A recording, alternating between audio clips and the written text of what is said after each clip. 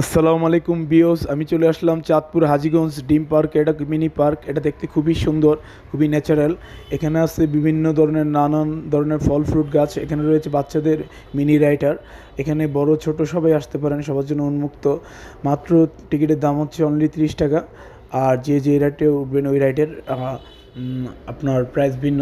তো দেখতেই পাচ্ছেন বাচ্চারা খেলাধুলায় ব্যস্ত। সবাই আসবেন, সবাই আশা করি আসলে ভালো লাগবে।